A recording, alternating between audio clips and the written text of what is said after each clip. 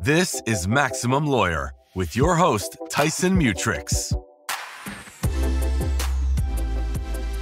Welcome back to another episode of the Maximum Lawyer Podcast. This is a Saturday episode, and I'm Tyson Mutrux. And today what I'm going to talk about is what the books in law school don't tell you about being a law firm owner. For those of you that are law firm owners now, you have learned probably pretty quickly that you don't learn a lot about running a law firm in law school, and even the books that are out there don't do a fantastic job of telling you what it's really like to be a law firm owner. So I'm going to give you some of my favorites. I'm not going to give you all of them because there's a ton. There's a lot of things that you just don't know until you're in the middle of it, and I'm going to give you some of those. Before I do, though, if you have questions, if you're thinking about starting a law firm, or if you're in the middle of it and you have some questions, shoot me a text or submit your questions or comments online. You can do it two ways. Text me 314-501-9260. You can send an actual text. You can send an audio, video, whatever's easier. Or you go to MaximumLawyer.com/ask and you can submit it there. I really like when people submit them, so I would love for you to do it. All right, so let's get into some of the realities of owning a law firm that you just don't learn about in the books, and you don't learn about it at law school, that is for sure. The first one is you can be friendly, but never friends with your employees, okay? I am sure that some of you are going to disagree with me, and you're going to tell me, well, I've had employees for years that they love me and I'm friends with all of them. I take them on vacations, all that kind of stuff. Okay, well, I bet you've also made a lot of mistakes, and you've probably kept some of those employees longer than you should have. They're probably bad employees. Some of them are, not all of them. Some of them are bad employees, and they would probably leave you in a heartbeat for an extra $1 per hour. You won't make the necessary changes that you need to because you are now friends with them. So those are the realities, and I'm sure that there are exceptions. Okay, there are absolutely exceptions to that, but in general, don't be friends with your employees. It is something that will lead to heartbreak, loss of friendships, or you won't make the decisions that you need to make, so you'll have a lot of resentment build up in you. Don't just follow my advice, okay? Please follow my advice. That is, it's a big one. With that, another thing, though, is you're going to want to be a law firm owner. You want to be a law firm that people want to work at. You want to be a law firm owner that people want to work for, okay? You have to lead people, okay? You have to lead people. If you don't, you may not fail, but your firm is not going to excel like it could and like it should. If you think you're going to go start your firm, and if you think that you're not going to lead or need to lead, you're wrong. It is a very necessary part of running a law firm, especially if you want to scale. Okay. With that, don't be a jerk to people. Okay. That should seem obvious to some of you, but for those of you it's not obvious, here's your reality check. Don't be a jerk to people. Okay. It's a very short-term strategy for keeping people. The next thing I want to get to is if your business, if it depends entirely on you and you can't leave for a vacation, you have a job. You don't have a business. You have a job. You're trapped and you'll never scale. You need to then focus. And here's the thing. These are all fixable. This is all fixable. Something like that is especially fixable. Focus on creating systems and hiring the right people. Okay, that's an easy fix to the I can't leave to go on a vacation problem. You focus on hiring the right people and systems. That's it. If you can't afford people, then you have better systems. Okay. And those things work together, by the way. If you have really good systems, you'll be able to attract and keep good people. If you had bad systems, it will repel good people. That's just how it works. Okay. Another lesson. Your team will do everything in its power to overcomplicate things. That is the reality of being a law firm owner. They will take, I'm going to give you a prime example. We have something called a micro intake. It is very dialed in. It is meant to be quick. my cares team over the years has tried and tried and tried to add as much to that micro intake as humanly possible.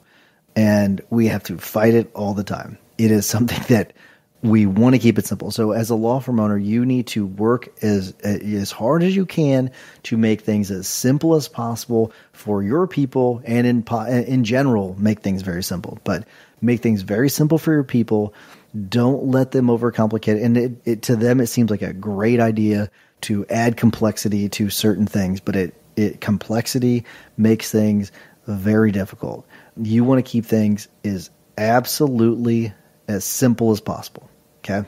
Really, really important. The next thing that, and we've talked about this on the podcast quite a bit, but the law firm owner, whether you call yourself a CEO or president, whatever you call it, maybe it's just owner, but it's a lonely job. It can be a very lonely job. I highly recommend that you have hobbies, that you have things that you can do outside of running your law firm.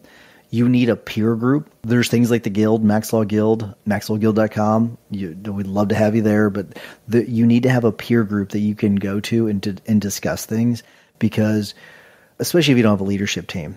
If you don't have a leadership team, it's just you running the firm. That's a very lonely thing to do. You're the one that's making all the decisions. You're the one that's making all the mistakes. You're the one that gets also, you probably don't get a lot of credit. you give your team all the credit and you probably take all the blame. That's part of being a good leader, actually, that too. So I guess I'll add a little bonus one. I hadn't planned on that, but now I'm going to add it.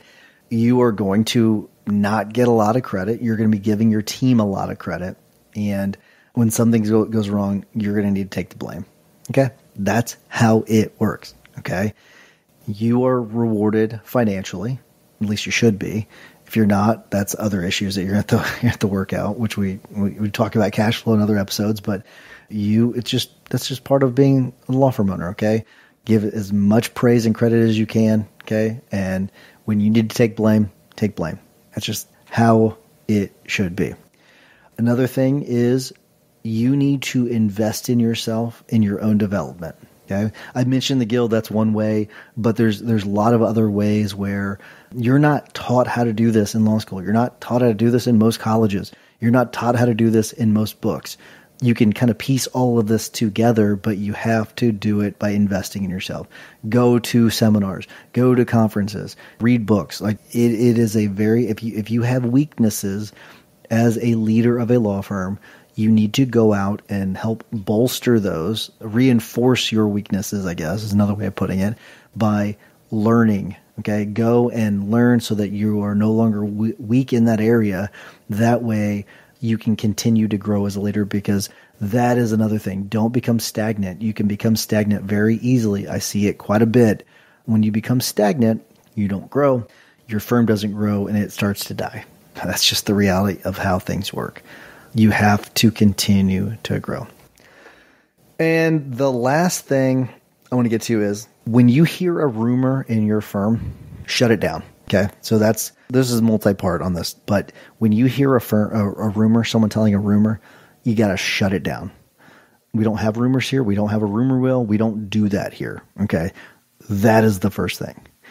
But here's the but. When you hear a rumor, just know you're probably the last one to know it, and that everyone else in the company or the firm already knows it.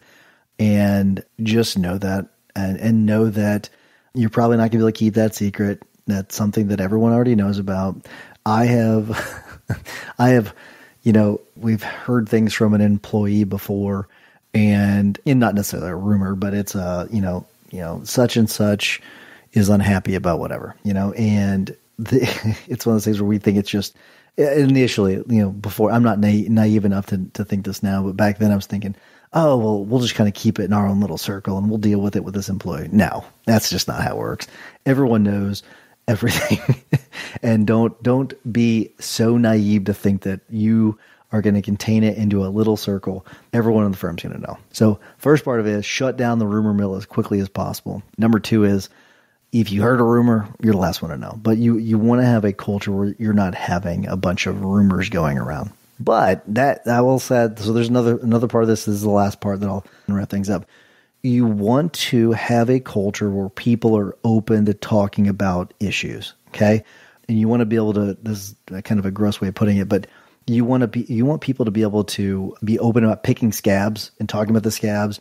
And sometimes you got to rip them open to heal. Okay. That's just how it works. I highly encourage, I tell people all the time, I've got pretty thick skin. It's going to be really, really hard to hurt my feelings. So I want you to tell me how it is. And so, sometimes in quarterly meetings, we'll hear, Tyson, I'm sorry I got to say this, but I love hearing it. I love when people do it because they're open about doing it as opposed to back channeling and having a rumor mill. And that's the way you do it. You solve the rumor mill by not having, you don't have a rumor mill by making sure everyone is comfortable enough about discussing things in the open and being very, very upfront about things. And that's what you want. So that is all I have for today's episode. So those are some of the things you do not learn in law school or in all the business and legal books that you probably have on your shelf that you have not read the vast majority of them. Let's be honest.